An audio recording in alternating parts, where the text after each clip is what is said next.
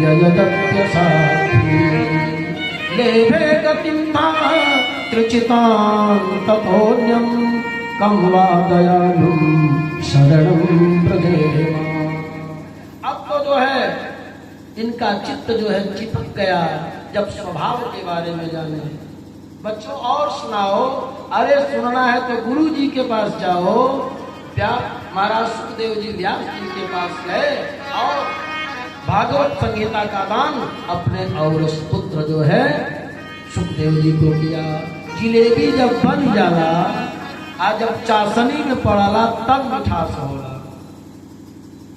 इमरती बनने के बाद जब उसको चाशनी में डालते हैं तो मधुरता से युक्त हो जाता है।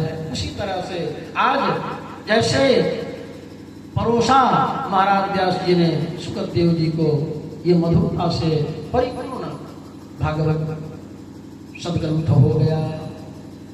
और शौनकादि को जब राजा परीक्षित को श्राप लगा 7 दिन में मृत्यु का, तो यही सुखदेव जी महाराज जाकर के भागवत कथा सुनाकर मोक्ष गति प्रदान कर दी। कैसे महाराज सुनाइए। कौरव पांडवों का युद्ध समाप्त हो गया, केवल जो है दुर्योधन बचा था और उसकी भी जंघा भीम ने मारकर तोड़ दी थी और दुर्योधन कराह रहा था। अश्वत्थामा उसका मित्र है। आया कहा, मित्र आपकी अंतिम इच्छा क्या है? दुर्योधन ने कहा कि हम 100 वो 5, हम 100 के 100 में एक बचे, वो 5 के 5 हैं, एक भी मरे तो शांति मिले।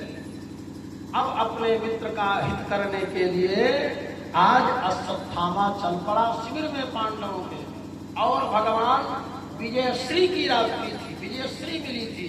भगवान वहां से पांडवों को लेकर शिविर से बाहर चले गए। पांडवों के 5 पुत्र सोए थे। अश्वत्थामा 5 का सिर कलम करके दुर्योधन को लाकर दे दिया। दुर्योधन जब देखा तो कहा, मित्र तूने क्या किया? कुरुवंश में कोई पानी देने वाला नहीं है, पांडव नहीं, पांडव के पुत्र हैं। और उसको श्राप था, शोक और हर्ष एक साथ होगा, तुम्हारी मृत्यु हो जाएगी। गिरा धड़ाम, मृत्यु को प्राप्त हो गया। और इधर जो है शरीर में हाहाकार मच गया। अब भैया द्रौपदी जो है करुण क्रंदन करने लगी। महाराज अर्जुन ने कहा कि तुम्हारे पुत्रों को जो मारने वाला है उसे मैं छोड़ने वाला नहीं हूँ, तुम्हारे कदमों में डाल दूंगा, जो चाहो सो करना। ऐसा कह करके रथ पर आरूढ़ हुए भगवान के साथ पीछा किया अश्वत्थामा का। अश्वत्थामा ने ब्रह्मास्त्र चलाया। भगवान के चरणों में अर्जुन गिर गए, प्रभु उपाय बताइए। भगवान ने कहा कि कांटे को कांटे से ही निकालते हैं। अर्जुन तुम भी ब्रह्मास्त्र चला दो। दोनों ब्रह्मास्त्र चलाकर और टकराकर शांत हो गए। अर्जुन ने बांधा, रथ पर बैठा लिया, द्रौपदी के सामने पटक दिया। द्रौपदी जो है ग्रंथि खोलने लगी। अर्जुन ने कहा क्या कर रही हो? ये 5 पुत्रों का हत्यारा है और ये रस्सी खोल रही हो। द्रौपदी ने कहा कि आप नहीं जानते हैं, गुरु पुत्र हैं, इसलिए गुरु की तरह से वंदनीय हैं। गुरु द्रोणाचार्य ने जो शिक्षा आपको दी वो शिक्षा किसी को नहीं दी, और इसलिए जो है ये गुरु पुत्र हैं, ये अवध्य हैं, इनको जो है मारा नहीं जाएगा, बचा लिया जाएगा। अब तो जो है किन कर्तव्य मूढ़ हो गए। भीम ने कहा कि नहीं मैं मारूंगा। धर्मराज ने कहा कि जो धर्म कहता है वह करो। नकुल सहदेव ने कहा कि हाँ भैया मारने योग्य है। तो जब किन कर्तव्य मूढ़ हो जाइए तो भगवान से मानिए। भगवान के चरणों में गए।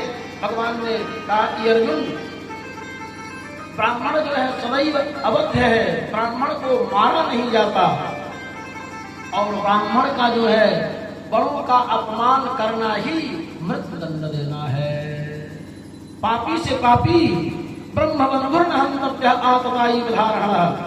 ब्रह्मबंधु मारने योग्य नहीं है, लेकिन आततायी है तो मारने योग्य है। इसको मारो भी, छोड़ो भी, छोड़ो भी, मारो भी।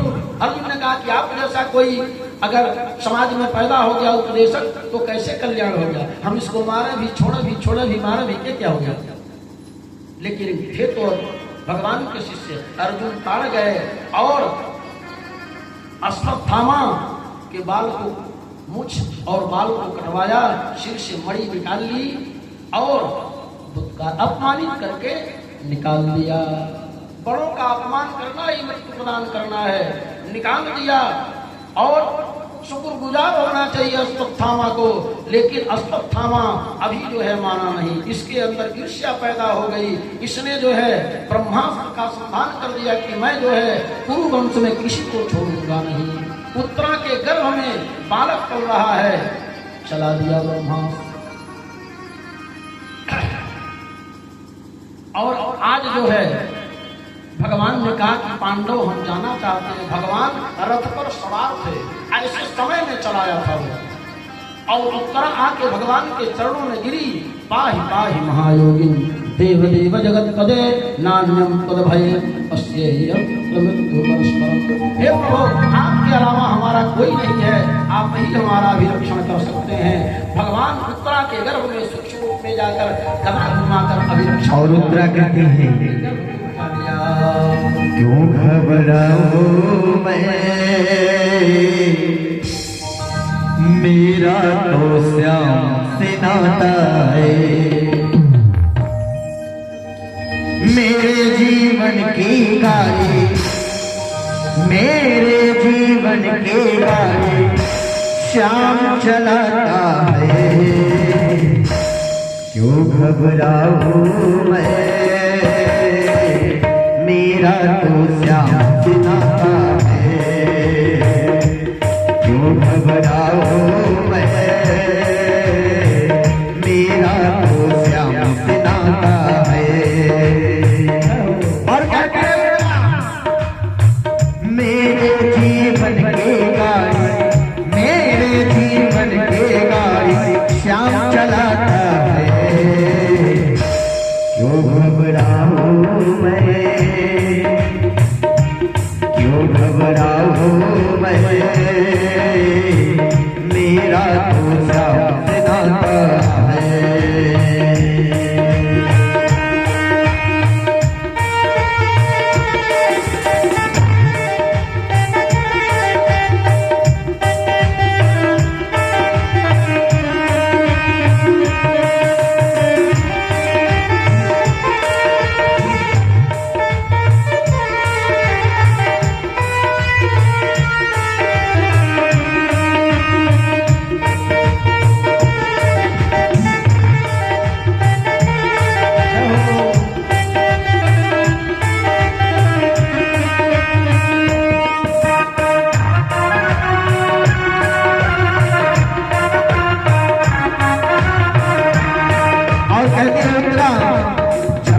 मुझको पड़ती है दरकार,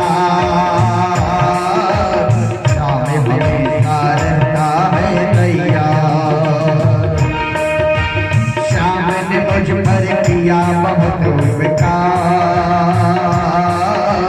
श्याम ने मेरे जीवन का आधार। हर समय मुझ पर अपना, हर समय मुझ पर अपना प्यार लुटाता है। क्यों घबराऊं मैं, मेरा तो श्याम से नाता है।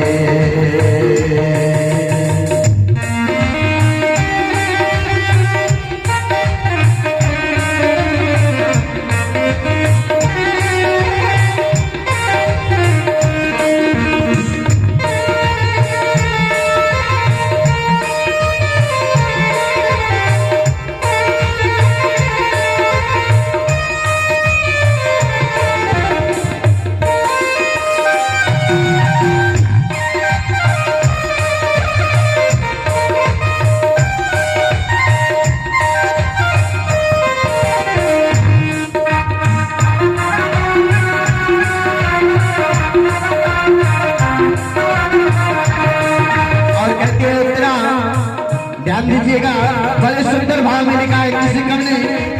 दुख की बादल जब जब मंडराते,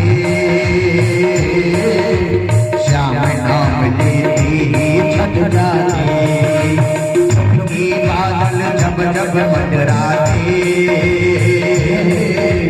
श्याम नाम लेते ही छट जाते, बाल विवाह का होना कर पाते, कभी दोबारा नजर नहीं आते। संकट आने से पहले, संकट आने से पहले श्याम आता है।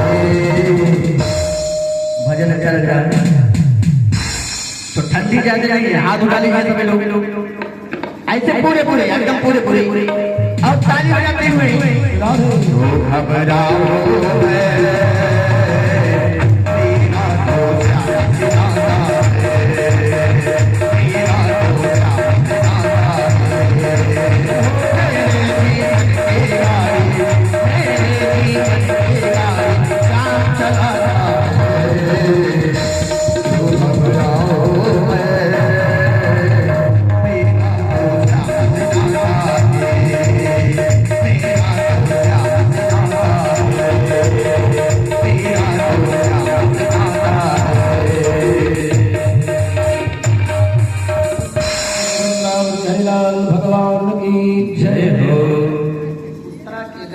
अभिरक्षण परमात्मा ने किया।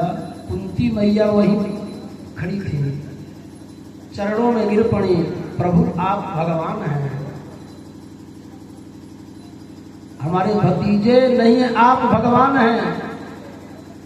भगवान ने कहा कि बुआ यदि भगवान है तो तुम लोग मांग लो, जो चाहो मांग लो, हम वरदान देते हैं। सब लोगों ने अलग अलग वरदान मांगा और आज युधिष्ठिर जी को बड़ा सुंदर उपदेश दिया भगवान ने रात्रि में जाकर के, लेकिन युधिष्ठिर को बात समझ में नहीं आई। अब पांडवों को लेकर जो है चले गए, भगवान भीष्म पितामह के पास बाणों की सज्जा पर पड़े हैं। भीष्म पितामह बाबा पांडव राजा बने हैं, इनको उपदेश कीजिए। भीष्म पितामह ने कहा कि पांडव आप लोग राजा बन गए हैं और राजा का धर्म बनता है कि अपने कमाई का जो है दशांश दान करे, अपने प्रजा का पोषण अपने पुत्र के समान करे और अपने शरीर से समाज की सेवा करे। तन पवित्र सेवा किए धन पवित्र करीबान, अमन पवित्र हरि भजन से होत त्रिविध कल्याण। तन से सेवा कीजिए। साधु संत ब्राह्मण आपके दरवाजे पर आए हैं, जैसे यहाँ के बाल बच्चे सेवा में लगे हैं। सेवा करने से तन पवित्र होता है, दान करने से धन पवित्र होता है। धन की 3 गति होती है, दान भोग और नाश। जो दान किया जाए उत्तम गति है, भोग किया जाए दूसरी गति है, तीसरी गति नाश है। इसलिए अपने धन को धर्म में लगाना चाहिए, मन को परमात्मा में लगाना चाहिए। बड़ा सुंदर उपदेश दिया और भीष्म पितामह को दिव्य दर्शन दिया भगवान ने। बड़ी सुंदर स्तुति करते हुए महाराज भीष्म ने अपने प्राणों का जो है उत्सर्ग किया। देहांत काले तुम सामने हो, मुरली बजाते मन को लुभाते। देहांत काले तुम सामने हो, मुरली बजाते मन को लुभाते। गीत गाते मैं तन नाथ त्यागूं, यही गीत गाते मैं तन नाथ त्यागूं। गोविंद दामो तन्मा भवेति, गोविंद दामो भवेति। गोविंद मेरी यही प्रार्थना है, गोविंद मेरी यही प्रार्थना है। बोलो न मैना तुम्हारा, बोलो न मैना तुम्हारा। यही गीत गाते मैं तन नाथ त्यागूं, यही गीत गाते मैं तन नाथ त्यागूं। गोविंद दामो तन्मा भवेति। गोविंद माधव राधेति। निष्काम होके यही गीत गाऊं, निष्काम होके